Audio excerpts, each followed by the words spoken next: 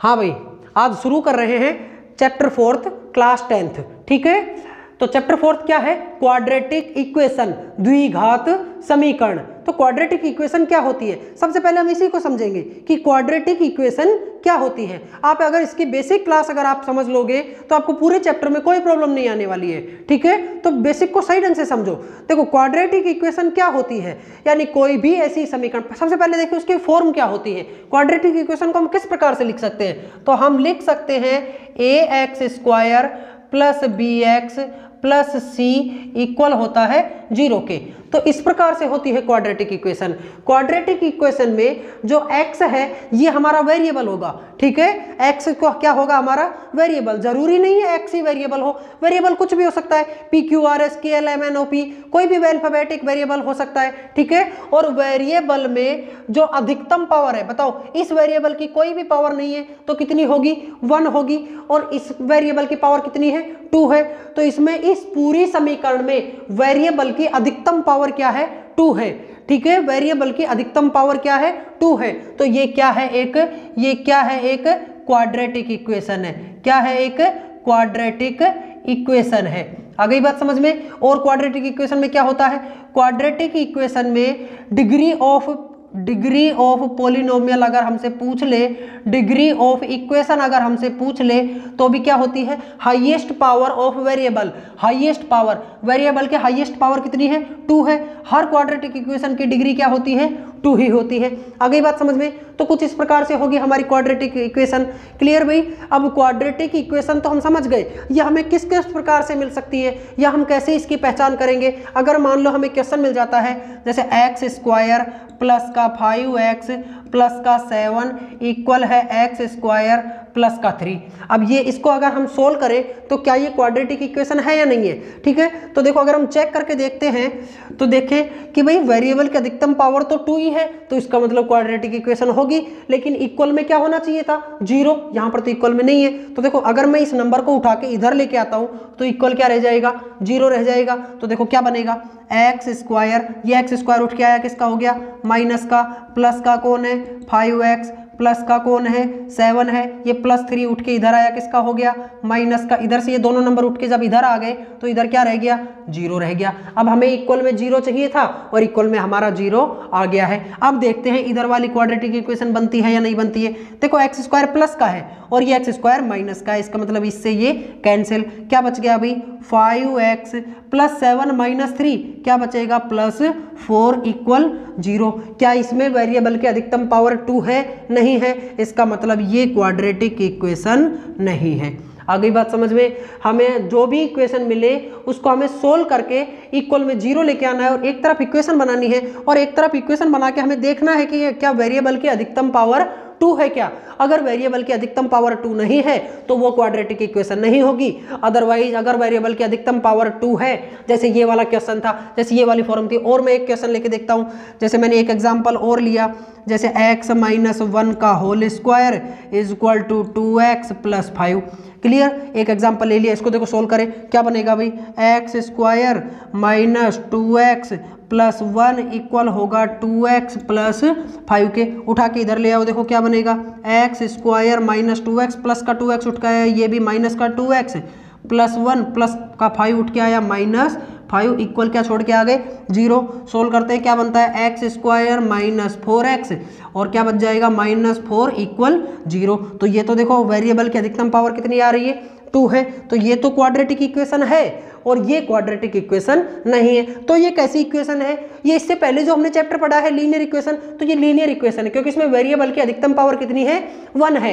अगर हम पॉलिनोमियल को पावर्स के हिसाब से डिवाइड करते हैं, हमने जब सेकंड चैप्टर पढ़ा था तो हमने उसका बेसिक पढ़ा था पॉलिनोमियल का। और जब हम पॉलिनोमियल को पावर्स के हिसाब से, एक तो पावर्स के हिसाब से डिवाइड करते हैं और दूसरा करते हैं हम टर्म्स के हिसाब से। तो जब हम पावर्स के हिसाब से करते हैं, जिसकी पावर 1 होती है उसको बोलते हैं हम लीनियर, उसको बोलते हैं हम लीनियर।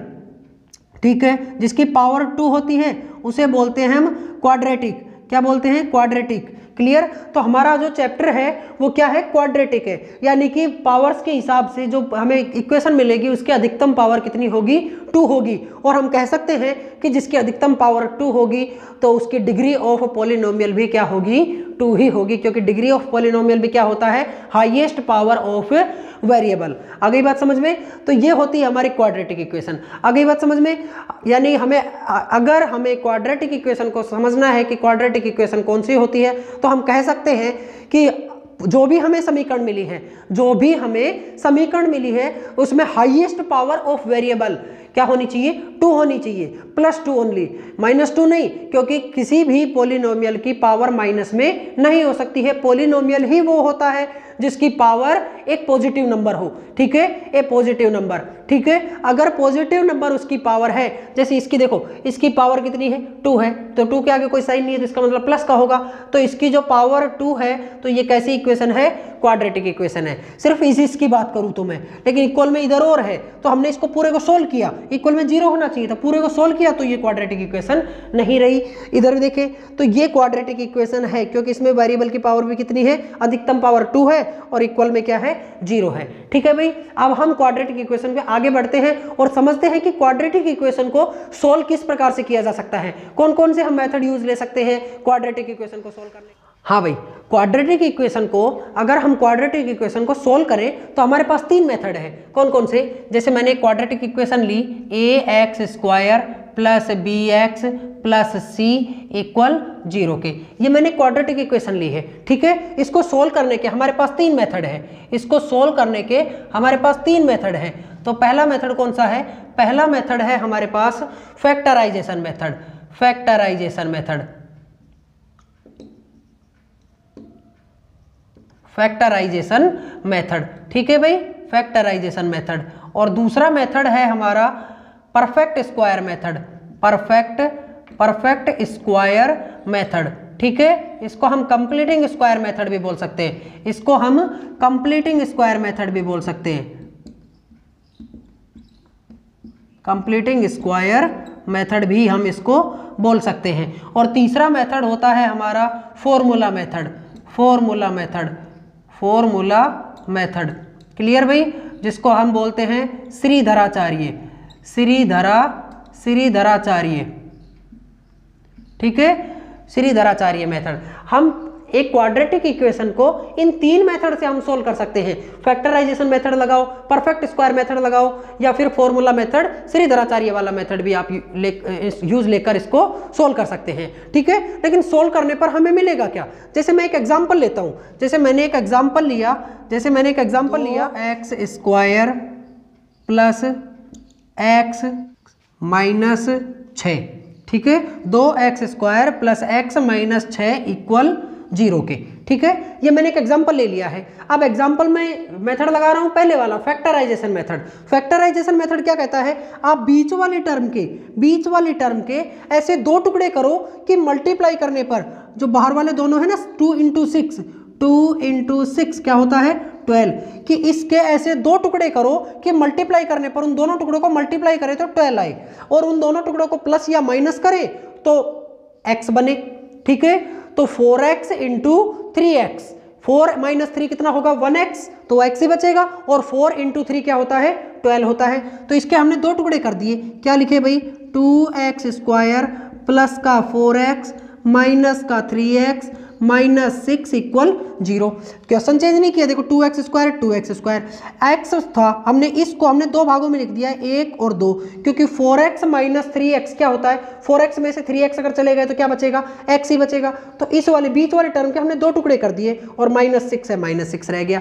क्योंकि ये टुकड़े, क्योंकि हम 2 के पेयर बना सके, इजी, ठीक है, इजीली हम दोनों के 2 के पेयर बना सके। तो देखो दोनों में से क्या कॉमन आ रहा है, 2 कॉमन आ रहा है, क्या बचेगा, x, ठीक है, 2 कॉमन आ रहा है, और क्या कॉमन आ रहा है, 2x कॉमन आ रहा है। देखो 2 भी है दोनों में और x भी है, तो क्या कॉमन आ रहा है, 2x, क्या बचेगा, x + 2 2 जा 4, x + 2, दोनों में से क्या कॉमन आ रहा है, माइनस कॉमन आ रहा है एक तो, और 3 और 6 3 की टेबल में आता है, 3 कॉमन आ रहा है, तो क्या बचेगा, x - प्लस और 3 2 जा 6, x + 2, ठीक है, इक्वल क्या रह गया अभी, 0 के। क्लियर भाई? अब देखो ये वाली एक टर्म है, ये अकेली टर्म है, और ये दूसरी टर्म है, इन दोनों टर्म में से क्या कॉमन आ रहा है, x + 2 इसमें भी है, x + 2 इसमें भी है, तो x + 2 कॉमन आ रहा है, ठीक है। और क्या बच गया, इधर से बचा 2x, इधर से क्या बचा, 3। या आप ऐसा कह सकते हो कि दोनों ब्रैकेटों में से एक बार लिख दो और जो बच गया उसको एक बार लिख दो। इक्वल क्या है, इक्वल है 0 के। अब देखो आपने जैसे ही क्वाड्रेटिक इक्वेशन को सोल्व किया तो ये 2 नंबर बन के आए, है ना, ये 2 टुकड़े बन के आए। ये दोनों क्या है, इन दोनों को बोलते हैं हम फैक्टर। क्या बोलते हैं, फैक्टर। ठीक है, ये हमारी इस इक्वेशन के क्या है, फैक्टर है, यानी गुणनखंड। क्या है भाई, गुणनखंड। क्लियर भाई, इसे हम फैक्टर बोलते हैं। फैक्टर क्या होते हैं, जैसे मैं अगर एक एग्जांपल सिंपल अगर नंबरों का एग्जांपल लेके समझूं, जैसे मैंने एक एग्जांपल लिया 34। क्लियर, 34। तो मैं 34 को अगर मैं डिवाइड दूं, इसके फैक्टर करूं तो क्या बनेगा, 2 1 जा 2, 2 7 जा 14 और 17 1 जा 17। यानी मैं 34 के अगर मैं फैक्टर करूं तो मैं क्या लिख सकता हूं, 2 × 17 ऐसा लिख सकता हूं। तो ऐसे ही मैंने क्या किया है, 2x² प्लस x माइनस 6 के जो फैक्टर किए वो ये दोनों बन के आए हैं। ठीक है, ऐसे ही 2x² प्लस x माइनस 6 के जो फैक्टर खुले हैं वो क्या खुले हैं, x प्लस 2 और 2x माइनस 3। देखो आप अगर दोनों फैक्टरों को मल्टीप्लाई कर दोगे तो वापस वही नंबर बन जाएगा। आप ऐसा इसमें भी है, अगर इन दोनों को वापस मल्टीप्लाई कर दोगे तो वापस से आपकी इक्वेशन बन जाएगी। आ गई बात समझ में। तो ये हमारे ये जो दोनों बन के आए हैं, ये दोनों क्या बन के आए हैं, फैक्टर बन के आए हैं। ठीक है, इन्हीं को बोलते हैं फैक्टर। और अगर हमें इनसे जीरोज बनाने हो, फैक्टर से जीरोज बनाने हो, फैक्टर से जीरोज अगर हम बनाएं तो भाई देखो हमारे पास दोनों फैक्टर क्या है, x प्लस 2 और 2x माइनस 3। x प्लस 2 और दूसरा है 2x माइनस 3। हमें बनाने हैं जीरोज, तो इसके भी इक्वल में 0 और इसके भी इक्वल में 0। अलग अलग पार्टीशन कर दो। देखो ये प्लस का 2 है, उठ के उधर जाएगा तो किसका हो जाएगा, माइनस का। तो x की वैल्यू क्या हो जाएगी, -2। ठीक है, और इधर से देखो ये 2x है, -3 उठ के उधर जाएगा तो किसका हो गया, प्लस का। तो x = 3 और 2 मल्टीप्लाई में इधर आया तो डिवाइड में, तो x की वैल्यू क्या हो गई, 3/2। तो ये दोनों हमारे क्या हो गए हैं, जीरोज हो गए। इन दोनों को हम क्या बोलेंगे, जीरोज, शून्यक। ठीक है, जीरोज क्या बोलेंगे भाई, शून्यक। आ गई बात समझ में। जीरोज ये क्या होते हैं, अगर मैं x की वैल्यू जो -2 है, अगर इस पूरी इक्वेशन में अगर मैं इसको रख दूं, x की वैल्यू -2 इस पूरी समीकरण में अगर मैं पुट कर दूं तो इसकी वैल्यू क्या हो जाएगी, 0 हो जाएगी। जहां जहां x है वहां -2 रख दो और पूरे उसको सोल्व करोगे तो क्या आंसर आएगा, 0 आएगा। या फिर आप x की वैल्यू 3/2 रख दो, जहां जहां x है वहां 3/2 रख दो और सोल्व करो तो आंसर क्या आएगा, 0 आएगा। तभी तो इनको बोलते हैं शून्यक, जीरोज। आ गई बात समझ में। आप फैक्टर से आप जीरोज बना सकते हो, इक्वल में 0 रख के, और जीरोज से वापस फैक्टर भी बना सकते हो। देखो -2 है, अगर उठ के इधर आ जाए वापस से तो क्या बन जाएगा, x प्लस 2। अगर ये 3 ये देखो 2 डिवाइड में इधर आया तो मल्टीप्लाई में, तो 2x = 3 और 3 देखो प्लस का उठ के इधर आया तो किसका हो गया, माइनस का। तो 2x - 3।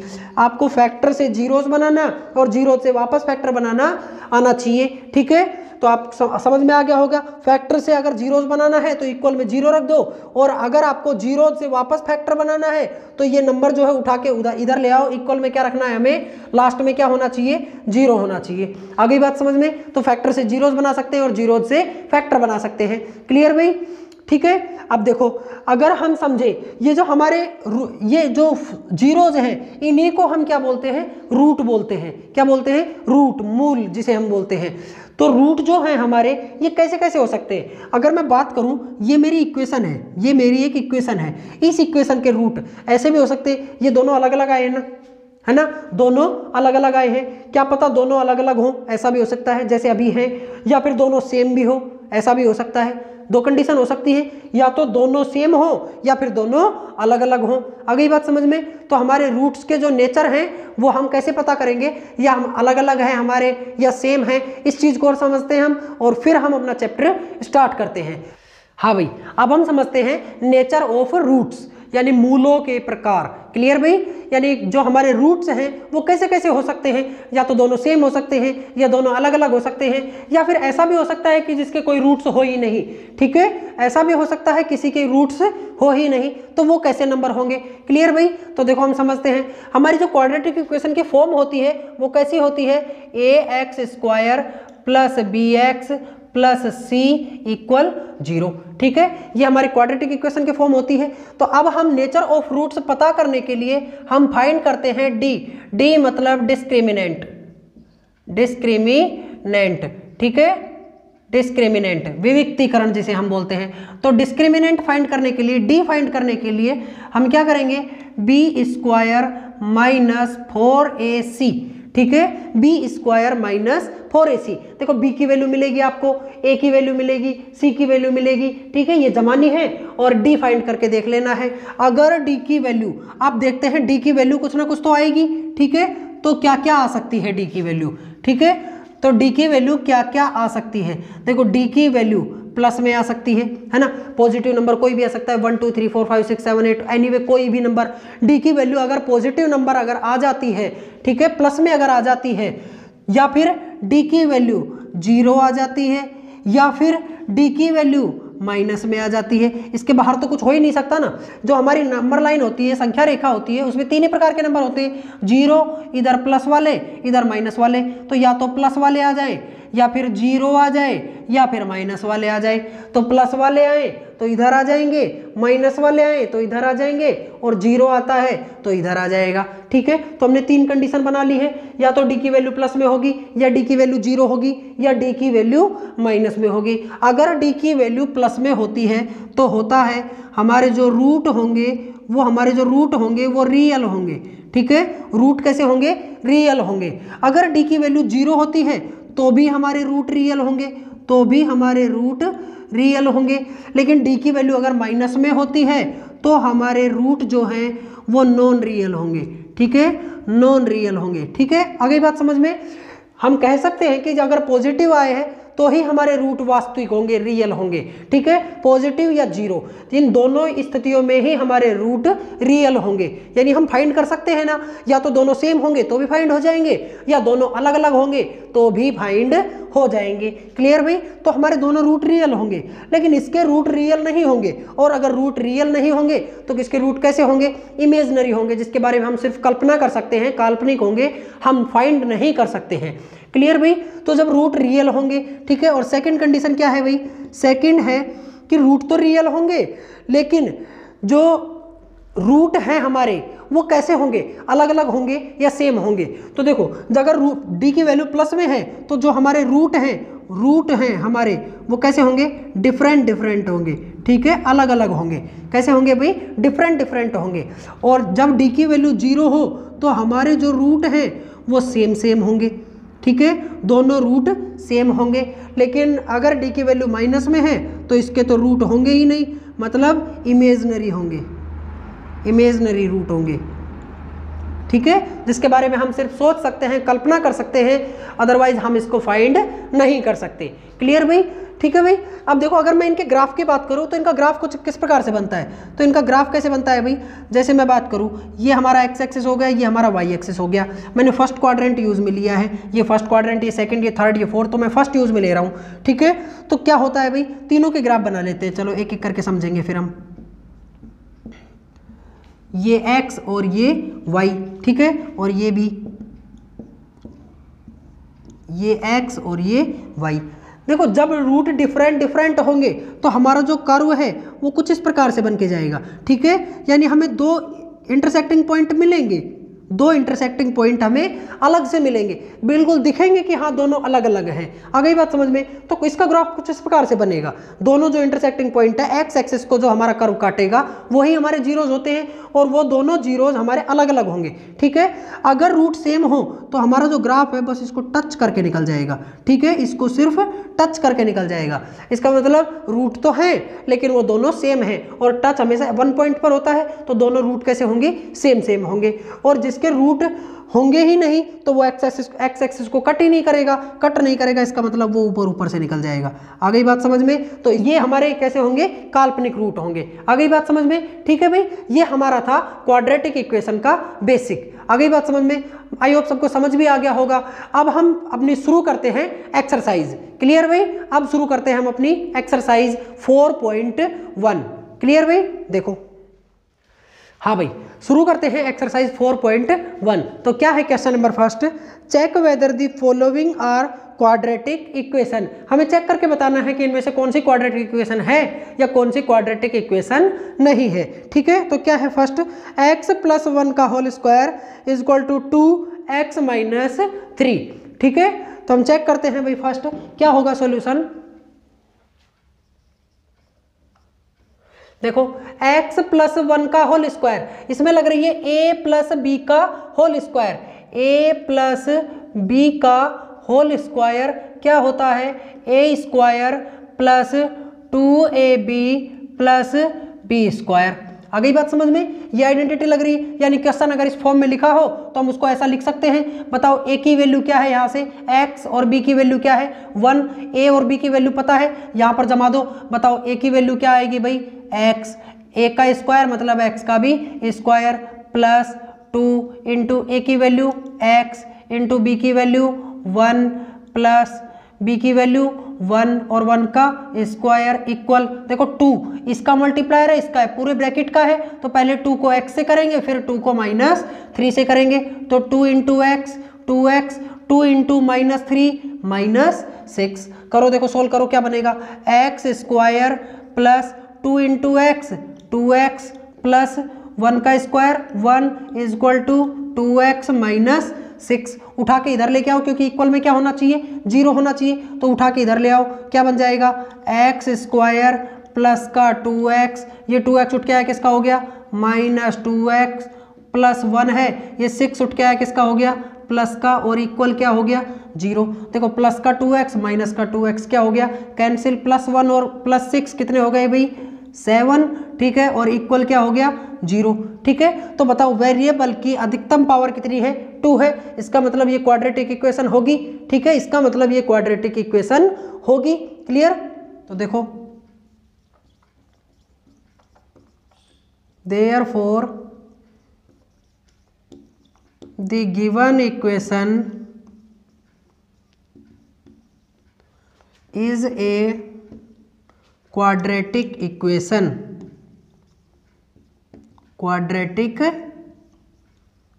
इक्वेशन क्लियर भाई, हमें पता चल गया कि वेरिएबल की अधिकतम पावर कितनी है 2 है, तो इसका मतलब ये क्वाड्रेटिक इक्वेशन है। आ गई बात समझ में। नेक्स्ट देखो, नेक्स्ट क्या है इसको पता करते हैं, x² - 2x, ये तो एज इट इज रहेगा, x² - 2x -2 into 3 -6 -2 into -x, देखो minus into minus plus 2 into x 2x, उठा के इधर ले आओ किसका हो जाएगा भाई x² - 2x, ये प्लस का 2x उठ के आया किसका हो गया -2x, और ये माइनस का 6 से उठ के इधर आया तो किसका हो गया प्लस का 6, इक्वल क्या छोड़ गए 0। देखो क्या बना भाई x² - 4x plus 6 equal 0। Clear, तो ये भी हमारी कैसी इक्वेशन है क्वाड्रेटिक इक्वेशन है। तो हम लिख सकते हैं therefore the given equation is a quadratic equation.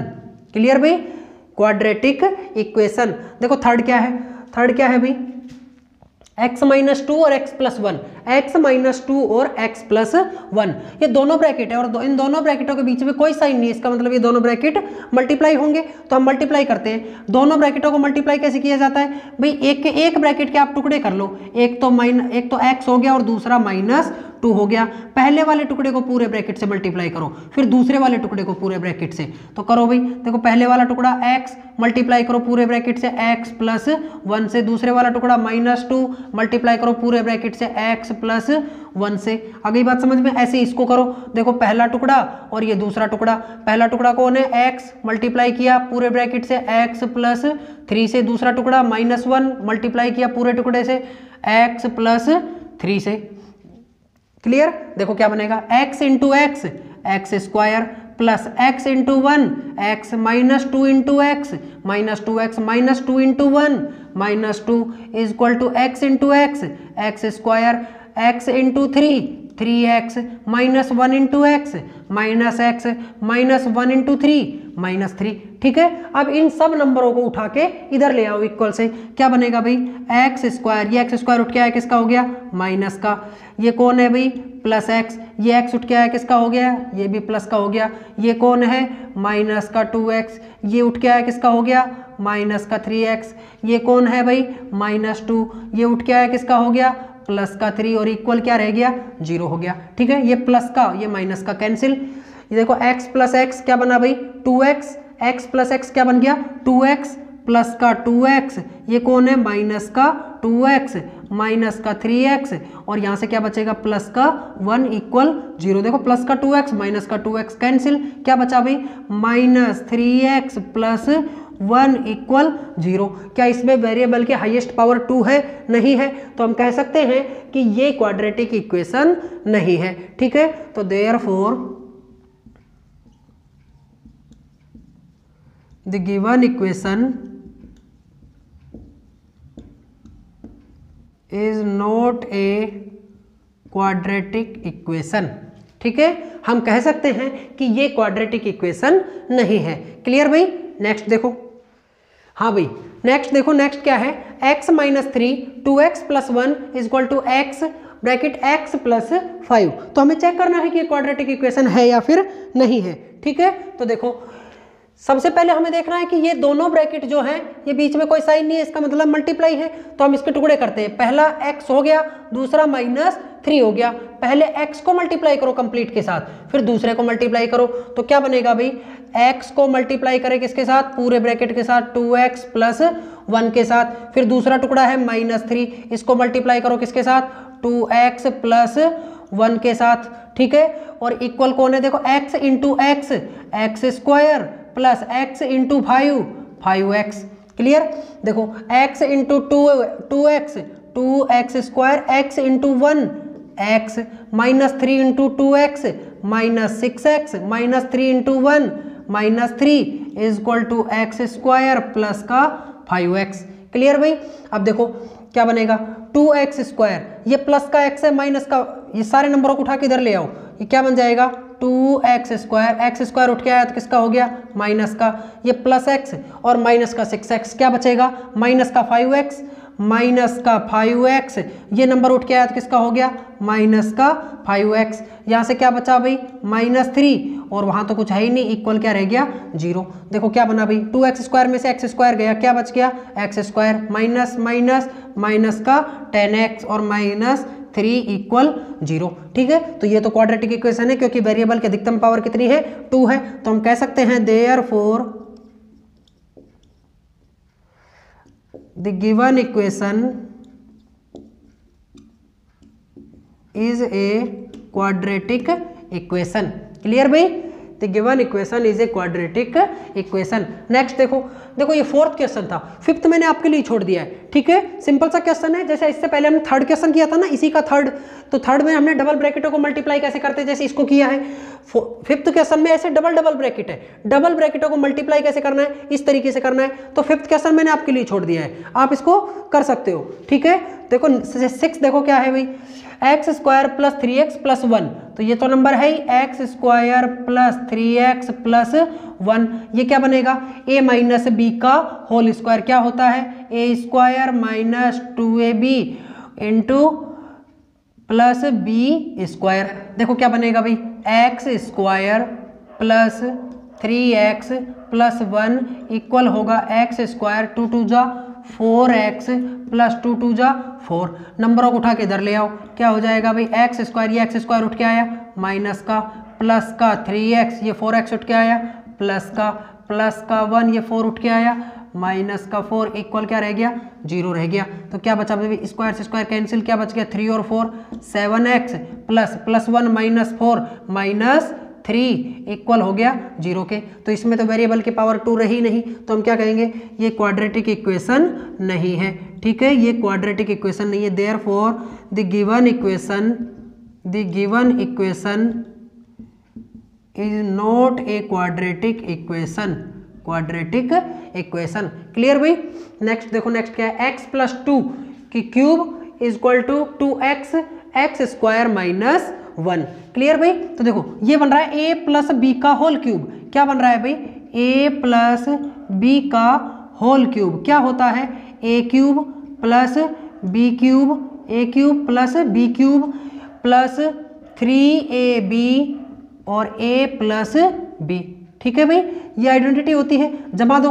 बताओ a का क्यूब यानी x क्यूब प्लस 2 की cube plus 3 into x into 2 a और b, और क्या है भाई 3, a की वैल्यू क्या है x, तो x प्लस b की वैल्यू 2, ये बन गया भाई। देखो क्या बनेगा, x क्यूब प्लस 2 की क्यूब 8 और 3 2 जा 6x और क्या बना x प्लस 2। क्लियर, ये तो हमारा बन गया ये वाला नंबर। ठीक है, लास्ट में क्या और है, इक्वल है कौन भाई 2x इंटू एक्स स्क्वायर क्या बनेगा 2x cube minus 2x into 1 minus 2x। Clear भाई, देखो सोल्व करो क्या बना भाई, x cube plus 8 plus 6x into x 6x square 6x into 2 12x is equal to 2x cube minus 2x। उठा के इधर ले आओ, देखो x क्यूब, ये x क्यूब उठ के आया तो किसका हो गया माइनस का 2x क्यूब, और कौन है भाई प्लस का 8 और तो कुछ है ही नहीं, और कौन है प्लस का 6x स्क्वायर, उधर स्क्वायर नहीं है तो देखो, और कौन है प्लस का 12x, ये उठ के आया किसका हो गया प्लस का 2x इक्वल 0। क्लियर, देखो माइनस का क्या बच जाएगा भाई x क्यूब, और क्या बचेगा भाई प्लस का 6x स्क्वायर, और कितने हो गए भाई प्लस के 14x, और क्या बच गया प्लस का 8 इक्वल 0। तो इसमें तो वेरिएबल के हाईएस्ट पावर क्या है 3 है, तो ये क्वाड्रेटिक इक्वेशन नहीं है। तो हम क्या कहेंगे, therefore the given equation is not a quadratic equation. ठीक है, आ गया होगा समझ में। इसका एक क्वेश्चन रह गया है, उसको आप करके देख लेना, हमें सिर्फ चेक करके बताना है कि ये क्वाड्रेटिक इक्वेशन है या फिर ये क्वाड्रेटिक इक्वेशन नहीं है। अगर किसी इक्वेशन में हाईएस्ट पावर ऑफ वेरिएबल अगर 2 हो तो वो क्वाड्रेटिक इक्वेशन होगी, अगर हाईएस्ट पावर 2 से ज़्यादा है या 2 से कम है, 2 के अलावा कुछ भी है, तो वो क्वाड्रेटिक इक्वेशन नहीं होगी। क्लियर भाई, ठीक है, आई होप सबको समझ आ गया होगा। अगर आपको वीडियो अच्छी लगी हो तो वीडियो को लाइक करें और हमारे चैनल को सब्सक्राइब करें। Thank you.